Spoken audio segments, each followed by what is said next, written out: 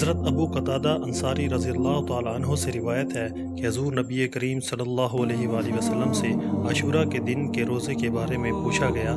آپ صلی اللہ علیہ وآلہ وسلم نے ارشاد فرمایا، یہ روزہ رکھنا گزرے ہوئے 1 سال کے گناہوں کا کفارہ بن جاتا ہے۔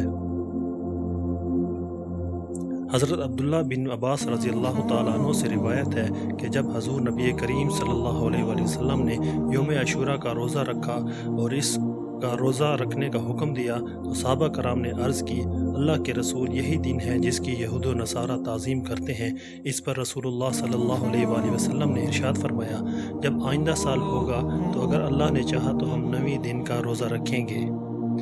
اس کے بعد آئندہ سال نہیں آیا کہ رسول اللہ صلی اللہ علیہ وآلہ وسلم وفات پا گئے۔ حضرت ابو ہریرہ رضی اللہ تعالیٰ عنہ سے روایت ہے کہ حضور نبی کریم صلی اللہ علیہ وآلہ وسلم نے ارشاد فرمایا،